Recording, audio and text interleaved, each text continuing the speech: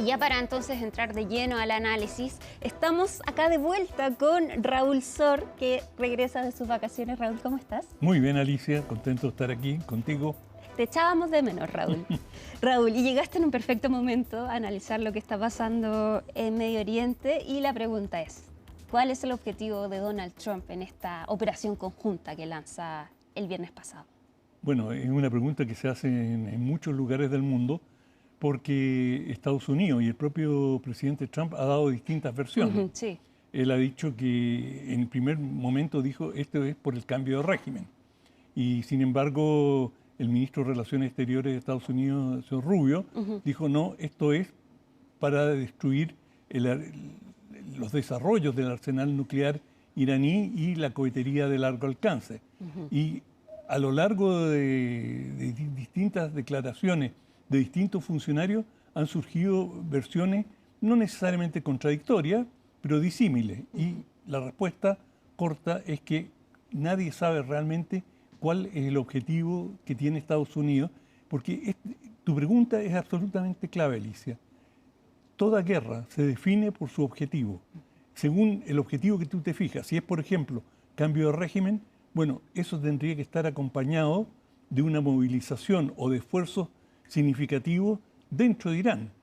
Es muy difícil conseguir un cambio de régimen sin tener, como dicen en Estados Unidos, botas en el terreno. Normalmente para conseguir este tipo de cambios radicales, digamos, cambiar el régimen, tú tienes que tener una presencia física que asegure, digamos, el cambio y después que ese cambio pueda sostenerse. Bueno, Estados Unidos ha dicho, el presidente Trump, no vamos a enviar tropas. Cosa que después a medias se desdijo, dijo, sí, bueno, vamos a ver, pero en la práctica no tienen tropas disponibles, no han hecho una movilización de infantería o de infantería marina como para realizar una incursión en territorio iraní.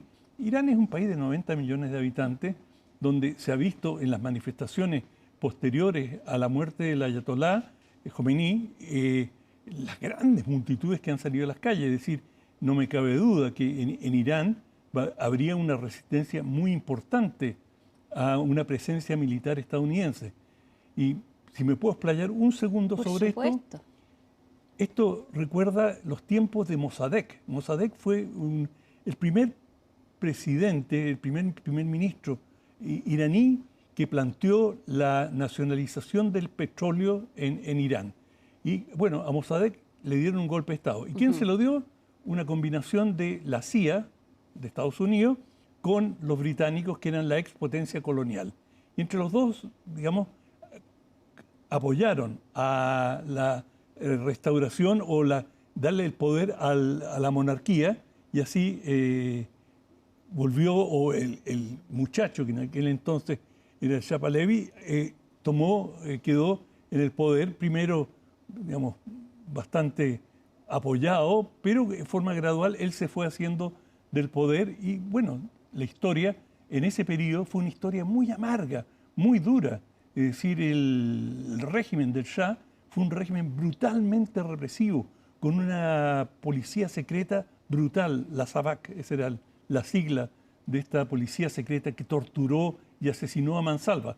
Por lo tanto, hay una memoria muy amarga en Irán de que ha sido la presencia de fuerzas extranjeras o la influencia de fuerzas extranjeras en el país.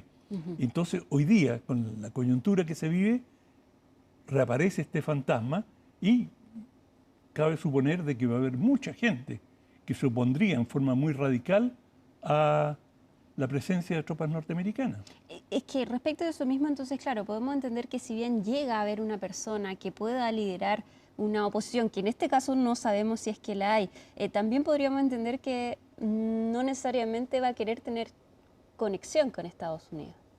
Bueno, hay un sector que sin duda siente que nada puede ser peor que esta teocracia, que es opresiva, de eso no hay duda, que es bastante brutal en la represión, y esa es la historia de Irán. Es decir, los que han ejercido el poder lo han ejercido defendiéndolo a toda costa, a costa de mucha sangre. Pero lo que no se ve es un proyecto. Es decir, cambio de régimen es una noción abstracta. Es decir, ya, vamos a sacar a este régimen, matamos al ayatolá, ahora ¿qué vamos a poner a cambio? ¿Cómo se va a gestar esta nueva autoridad? Y bueno, una corriente plantea la restauración de la monarquía y que el hijo del Shah, que lo han promovido, Sí. sea quien asuma el gobierno. Bueno, eso por supuesto tiene partidarios, pero también tiene mucha gente que se opone y que es muy difícil en un país volver atrás y sin saber qué es lo que ese volver atrás representa. Por lo tanto, la gestación de una autoridad que tenga el atributo más importante en todas las circunstancias, que es la legitimidad. Si tú no tienes legitimidad, vas a durar muy poco. Ayer Donald Trump decía que el mejor escenario sería que pudieran replicar lo que hicieron en Venezuela, que ahora básicamente están tutelando a ese país, tienen una relación con Delcy Rodríguez, pero ¿cómo funciona el régimen iraní? Porque ya vemos que hay 3 personas que están a cargo, que hay un consejo sesionando de los clérigos, entonces no es tan fácil descabezar al régimen iraní y creer que con eso está muerto. Hay una constitución, está bien conformado el régimen actualmente, ¿no? Absolutamente, muy, como tú bien lo señalas, en un régimen muy bien estructurado que se preparó para estas circunstancias y que si desaparecía el ayatolá, bueno, ellos podían nombrar a otro. Es un sistema en que filtran las autoridades, es decir, los iraníes dicen, nosotros tenemos una democracia, lo cual es ficticio, porque solamente pueden ser candidatos a cargos públicos aquellos que han pasado por el filtro de las autoridades religiosas. Y las autoridades religiosas no son electas, son nominadas. Por lo tanto, dista mucho, pero mucho, de ser una democracia. Por eso hablamos de teocracia. Y cuando uno dice teocracia, en realidad es una dictadura que recubierta en principios religiosos. Pero ese mismo hecho es muy importante porque cuando uno habla de Irán, ¿qué se te viene a la cabeza desde el punto de vista religioso? El chiismo, los chiitas. Sí. Y chiita en nuestro vocabulario corriente es sinónimo de fanático. Es un chiita. En los partidos políticos dicen, esta es la facción chiita, queriendo decir, son los intransigentes. Bueno, y el chiismo tiene una cultura bastante especial. Ellos tienen un culto al martirio y se automartirizan. Y una de sus celebraciones más importantes, ellos van con cadena y se golpean, se automartirizan, digamos, se flagelan. También lo hacen con cuchillo y sangran, y todo esto es una muestra de devoción. Bueno, eso te dice volúmenes sobre la psicología colectiva que existe en Irán y que se vio de manera muy concreta. Yo creo que esto a Estados Unidos y a cualquiera que quiera intervenir lo debe tener muy presente, lo que fue la guerra con Irak, que fue la guerra más larga del siglo XX. Duró 8 años. Murieron cientos de miles de personas. E Irán nunca dio el brazo a torcer, recuperó todos los territorios que inicialmente Saddam Hussein había ocupado, pues Saddam Hussein inició la invasión y, digamos, tuvo la ventaja de quien da el primer golpe, y gradualmente, a costa de sacrificios humanos descomunales, recuperaron el territorio. Finalmente llegaron a las mismas líneas donde habían partido, pero esos fueron 8 años de sangrar permanentemente. Bueno, si cualquier analista estadounidense que mire eso, digamos, queremos, con la fobia que ha mostrado el público estadounidense, el electorado, a las guerras interminables, a las guerras eternas, y que Trump en parte ganó sus elecciones con la promesa de que él no iba a comprometer al país en una guerra eterna, vas a ir a un país chiita, donde están dispuestos a martirizarse y a combatir hasta las últimas consecuencias por una fe religiosa. Es una apuesta muy, muy severa que quizás tiene más posibilidades de hacer caer un gobierno estadounidense que alterar el régimen en Irán. Bueno, Pete Hegseth decía, esto no es Irak, no es una guerra interminable. Rápidamente se pone en el parche ante la herida, pero estamos ante un escenario que ese podría ser un escenario factible. Bueno, hasta el momento Estados Unidos ha tenido la prudencia de no enviar tropas, y digo, son prudentes, y con eso se evitan tener prisioneros, rehenes, pero uno nunca sabe cómo, lo que se dice siempre, uno sabe cómo empiezan las guerras, pero no cómo terminan. Es decir, Estados Unidos está aumentando su apuesta día a día. Hay un debate de quién la inició, si fue por iniciativa de Israel, si Israel, digamos, de alguna manera empujó a Estados Unidos o Estados Unidos aprovechó que Israel intervenía. En fin, hay todo un debate que no se ha esclarecido de quién tomó la iniciativa, pero lo cierto es que, digamos, hay muy pocos antecedentes de guerras que se pueden ganar desde el aire. Es decir, tú puedes demoler un país, pero eso no es lo mismo que ganar una guerra e imponer tus condiciones.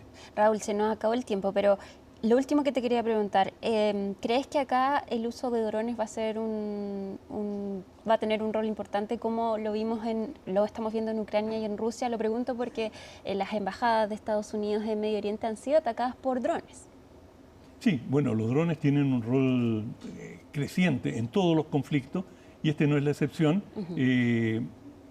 Irán prácticamente no tiene fuerza aérea, por lo tanto todo su alcance es remoto, ya sea a través de cohetería o drones. E Irán ha tenido una gran capacidad, especialmente en materia de drones. Ellos desarrollaron un modelo con distintas categorías que se llama Shahed. Y este dron Shahed es el que ha tenido un rol de collante en Rusia, usado contra Ucrania. Y ahora justamente estos drones están siendo lanzados a distintos países del Golfo Pérsico que, digamos, en algunos casos han dado en blanco significativo, de manera que lo que estamos observando, como solimos decir en periodismo, esta es una guerra en curso. Yo no me atrevería a vaticinar cómo va a continuar y qué rumbo puede tomar, pero lo único que ya tenemos con certeza es que, no puedo dejar de mencionarlo, es que el precio del petróleo sube y que en la medida que se van cerrando las rutas de transporte, el petróleo va a seguir subiendo y esto tiene un efecto en cascada sobre todo el mundo, pero muy especialmente en uno de los países más motorizados del mundo, Estados Unidos. Raúl, muchísimas gracias, estamos muy contentos de tenerte de vuelta. Es mutuo. Y nosotros nos vamos a la pausa, pero al regreso vamos a seguir con Conexión Global Prime. Vamos a tener entrevistados con analistas desde Qatar y desde Israel. Ya regresa más Conexión Global Prime.